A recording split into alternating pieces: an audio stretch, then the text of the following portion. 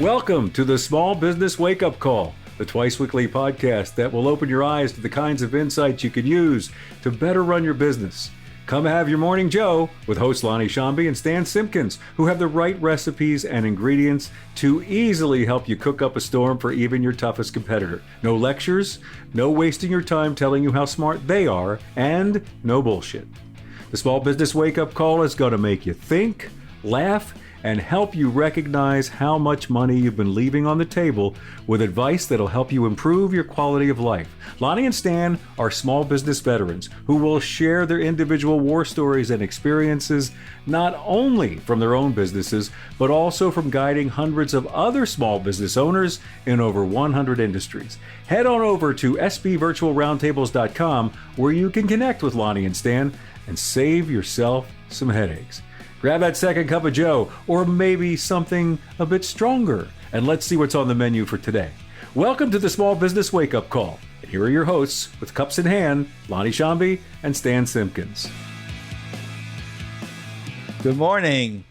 In this session, we're about, once again, to talk about one of Lonnie's favorite topics, actually two. The first being sales, the second being sin. Hey, You'll hear more about that in a moment. But in today's session, we're going to talk about how some things you're doing may actually be holding you back from your sales. And while we've talked about the 5 M's from my book and how each one can influence how you operate and succeed, today we're going to show you something similar on just the sales side of your business. Stan, I call them the 7 deadly sins of selling, or maybe not selling. Spiritual success comes from doing the right things. Yeah, like leading a good life, loving your neighbor, doing good works.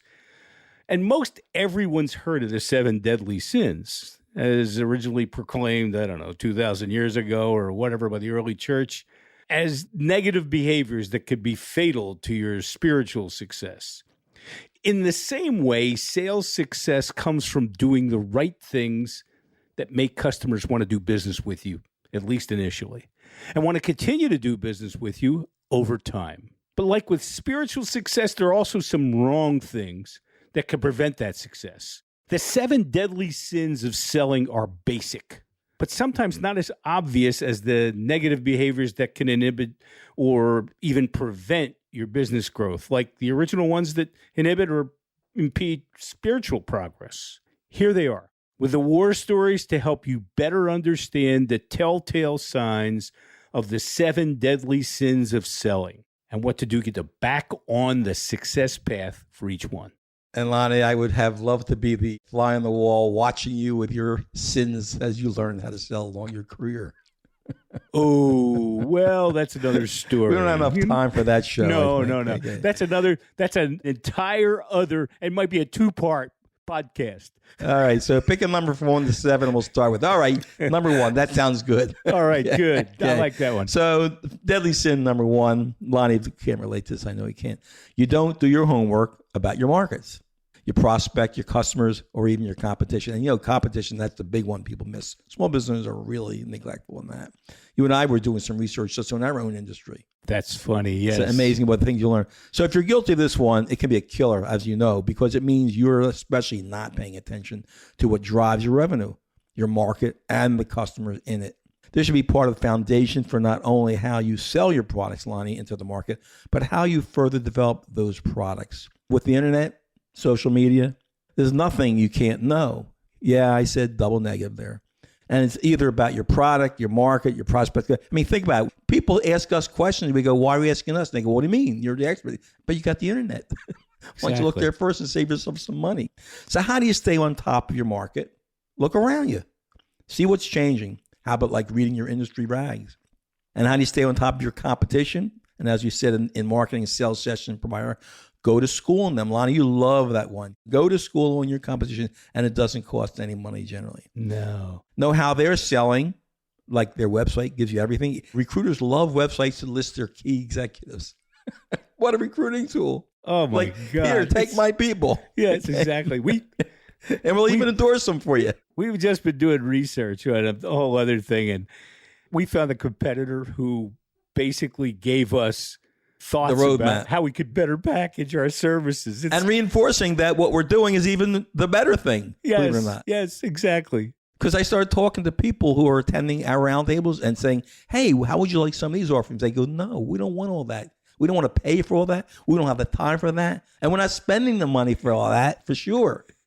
Like, that would be a negative deterrent to me. So I guess the KISS method, keep it simple, stupid. Absolutely. So sometimes it will reinforce that what you're doing is right. Because let's face it, sometimes we wonder when things don't always click. Are we doing something wrong? And we make it, it's like golfing and moving your swing over and over again 6 different ways and figuring out what the hell did I just do right? Exactly. Do you have a way to gather, track, and share, keyword share, the information you gather? I know people, we got tons of information. You ask the salespeople, did you know this? We didn't know that. They don't communicate this. It's amazing. And that happens in virtually every situation. Oh, we had that? Oh, God, I wish I'd known. To some people, CR means can reach my mom. So if you have a CRM system, customer relation management system, use it. And let's face it, salespeople hate them in many cases. They're so overburdening. They hate documenting anything. It's a sin in of itself. I'll give you an example of market research. So I had a fairly large fire sprinkler company. And they had 5 locations spread out amongst 3 states. So the reality was it was 5 different markets. Not 3 markets, 5 different markets, because they were so far apart. So there was not a, quote, company marketing plan. There was a divisional marketing plan. Yeah, we had an umbrella to make sure we could take advantage of any economies of scale, not be redundant, have people reinventing the wheel over and over from location to location. But still, we had to come up with 5 different plans. And we were actually calling competitors, indicating that we were a consultant for a client who was looking to build a building there and wanted to know what they had to offer in their fire sprinkler service. And we asked them 1 billion questions and really learn on the competition and feed that back to the client. That's interesting. To be able to do business in 5 different geographic markets, that's a big challenge, because I'm sure there's not a homogeneous market amongst the 5 of them. I mean, it's interesting. Well, that's a good point. I might just say real quickly, 1 and 1 doesn't equal 2. Sometimes it equals 50, because to open up 1 location is one thing. To open up a second location can be 5 times as hard, and to open up 5 can be 50 times as hard. Absolutely. And we're going to get to that. One of the deadly sins is, in fact, try not to be too many things to too many people. We'll get to that in a few minutes. Well, deadly sin number 2 is you don't understand your own sales cycle or manage your sales pipeline very well. I mean, every small business operates with some form of sales forecast or pipeline report that describes current and future sales activity. But that's not enough. In fact, it often leads to a false sense of security about how things are going. Too often the sales forecast is, we can't handle what you currently have on our plate. So things are going gangbusters, man, short of telling the salespeople to slow down. Well, the interesting thing is mine's a counter to yours. And that is, I had a CFO in one of my client situations that basically said that the sales forecast wasn't big enough. The pipeline wasn't big enough. And I said, well, what do you suppose is driving that?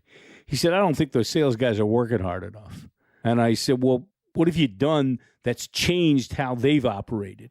Well, maybe, last year we had to cut back some, and we cut back marketing pretty dramatically. Do you think that might have had something to do with how sales happened without marketing? We touched on this several podcasts back, but sales and marketing are joined at the hip, and that's really important. And that's why your sales forecast is down, because it's marketing that creates the leads. So there. Now, I like to talk about sales cycle because few people really pay attention to that. It's what I call contact to contract. That is from first prospect contact to ultimate customer contract. However you define the sales cycle, it's made up of the steps that lead your prospective customer to a close. People call it a sales funnel, call it whatever you like. But you need to understand where prospects are in the pipeline or funnel, however you define it, and how you move them step by step through that funnel. Now, it starts with marketing. Is your marketing just shit against the wall? Do you know where their prospects come from, where the leads originate? If you don't know that, then go find that one. That's really critical. Do you have a consistent definition? Like if I ask salesperson number 1 where this prospect is in the pipeline, is salesperson number 2 going to tell me the same thing about his guy? Or they define them the same way? See, it's how they move in the pipeline, in the funnel, or do they go into the funnel and die? I was telling Stan earlier that I had finally reached the point where with one of the turnarounds I was doing, I said to them, okay, here's the forecast. We had a 30, 60, 90-day forecast and beyond. And beyond was like, yeah, there were suspects. But if they hit 30 days, like they were going to close in 30 days, this is a manufacturing company. I told the sales guys, we were going to start to build if it hit 30 days. And if it didn't close within 60, it would cost them their job. Now, that's harsh. But what that did is it got the point across. And the point is... It showed you the believers, didn't it? Yeah, it did. Well, no. It showed me the guys who could really understand where they were on the sales pipeline. That's the important thing. And this is the whole thing. How do you attract leads and the like? The forecast is not something that you should put under your pillow to make you sleep better. It should be something that's actually actionable. Well, if I could put my bean counter hat on for a second and take you a ever play have off it off? We have this thing called aging accounts receivable when you're doing the cash flow forecast. Yes. I oftentimes see people say, oh, we look at the dollars of how much backlog we got. And I go, like, for what periods? They go, what do you mean what periods? They go, like, can you tell me, like, what's the next 90 days and then 90 days after that? They go, oh. And then they'll see the holes. I mentioned in one of our previous podcasts, the machine shop that we grew quickly. And part of that was making sure we didn't have any holes where machines were being idle just because of the work that was being ordered versus what we needed to fill the house with. That's it. So backlog, even by resource, I might add. I used to manage businesses with 3 reports: a cash forecast for 8 weeks, a sales forecast, and a backlog. And the backlog was we knew when stuff was supposed to be shipped. That's it. We tied that all to cash. This is right in your wheelhouse, Stan, because this is what we did.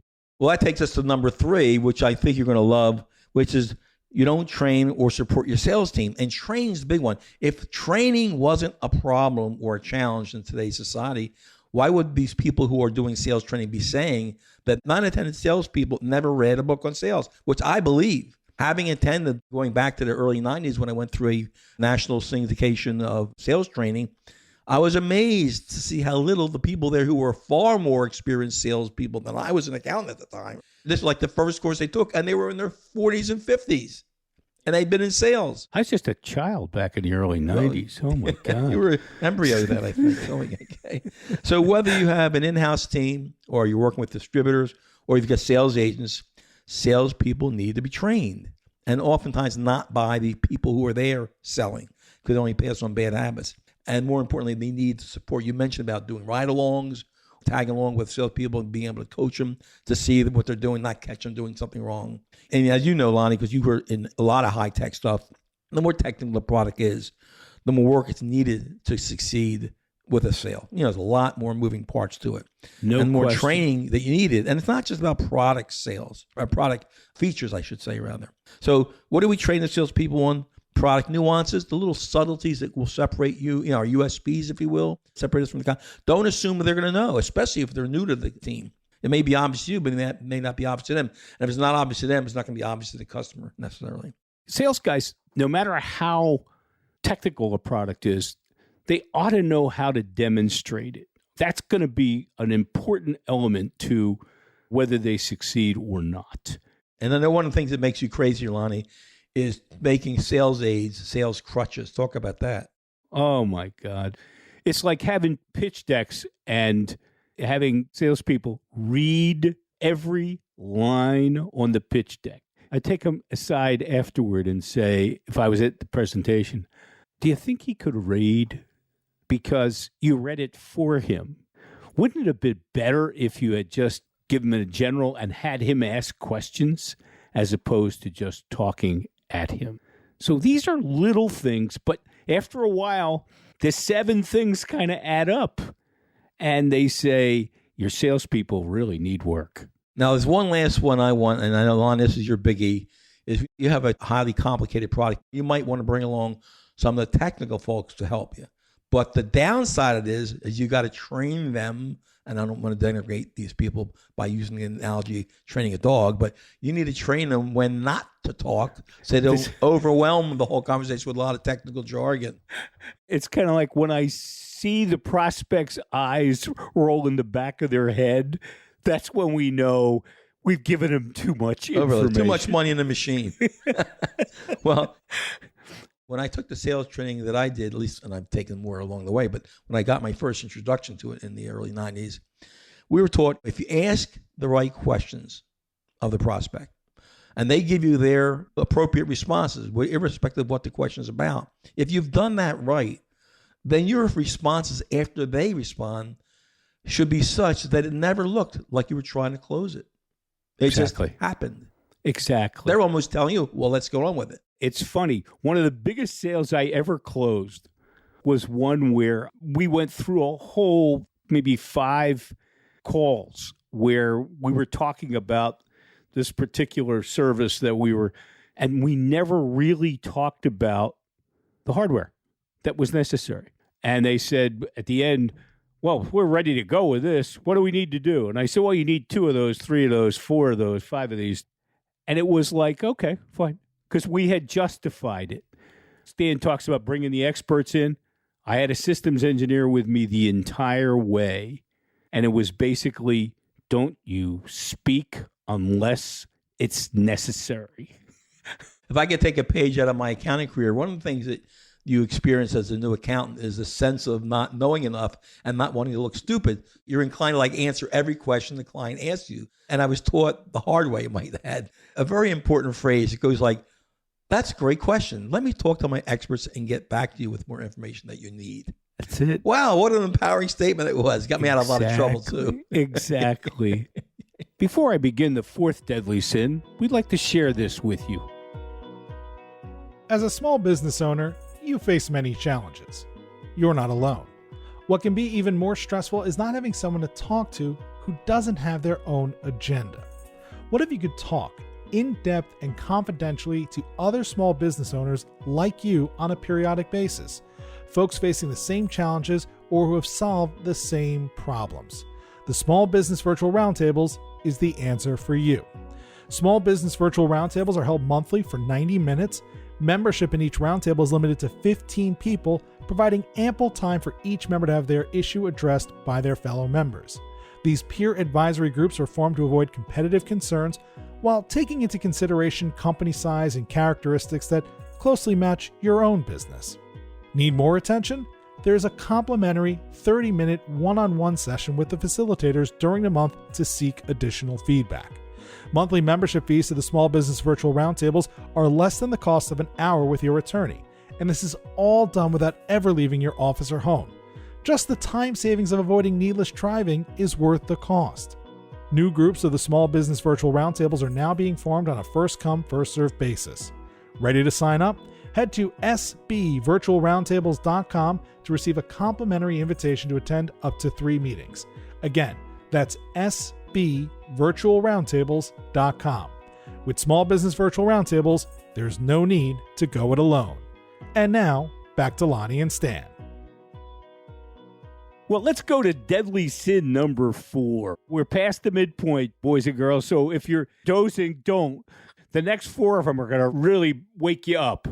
Okay, first, in this one, it's you've got a value proposition that isn't. Now think about that. What is a value prop? It's a promise of value to be delivered. The primary reason a prospect should buy from you. A clear statement that explains how your product solves his or her problem or meets his or her unmet need. That's it. Plain and simple. And it's sell on value, but you have to provide it. But it's kind of like that's what it's necessary. Credibility is at the foundation of any value proposition, which says if you have an established credibility with that prospective customer, you ain't going to sell them. It's back to what we said earlier, and that is relationship first, sale second. Your USP, the unique selling proposition, It's got to clearly separate you from the competition. It just can't be some little simple thing. But then again, it can be something as simple as your user friendliness of your software. You've got thousands of 5-star reviews where people are raving how easy it is and how powerful it is. That's pretty powerful USP. Especially if you can show them the return they're going to get on their investment if they do this. If it's put in dollars and cents, and you never want to talk about the competition, but you want to separate yourself from that competition by showing them how they can get this kind of return. Then what you've done is you've put your value prop in action. Now, for those of you who don't believe that Lonnie's been through this, if you were able to see him, you'd see the black and blue marks on him right now. Scars. I still have scars. Which leads me to number 5. And this is born of either ego or fear. It's very common when you're a small business and you're looking at the competitors. You want to try to be like them in so many ways. You're kind of jealous of all things they're doing. And so you try to be too many things for too many people. You think you're spreading your bet. You're spreading the odds, like balancing your stock portfolio between bonds and equity. It can be a trap, a terrible trap. And it's especially true for younger companies who are trying to make their mark in the marketplace. Hey, look at us. We're so different.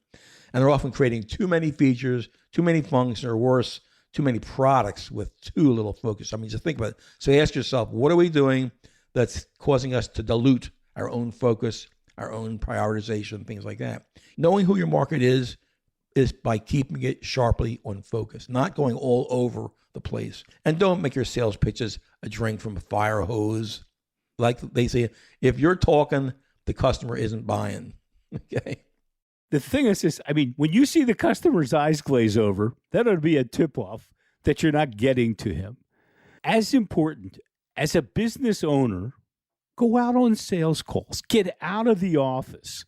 Get in front of the customers. See what your sales guys are doing. And then, in a way that's positive, begin to work with the salespeople that on their pitch or what have you, because you probably know the product as well as anybody in your company. That's my guess. Okay? So if they're pitching every single feature and function your product has, that's not going to get the sale done. I guess we'll continue with number 6. What do you think? I think that's a good idea, Stan. All right. So your sales team fails to create a relationship with prospects. Well, this is a hard one for me to even say because it's hard for me to conceive. How do you have a client, a customer, with whom you haven't developed a relationship? Are you selling a commodity or something? People buy from people.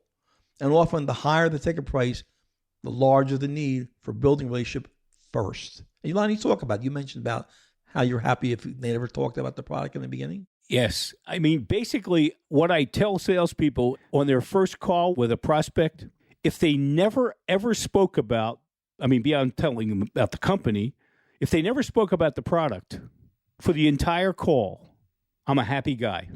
And now you're all kind of, what is this guy talking about? Well, here's what he's talking about. If you didn't talk about your product, it means that if you were in an hour call, then the prospect was talking about his company, his product and service.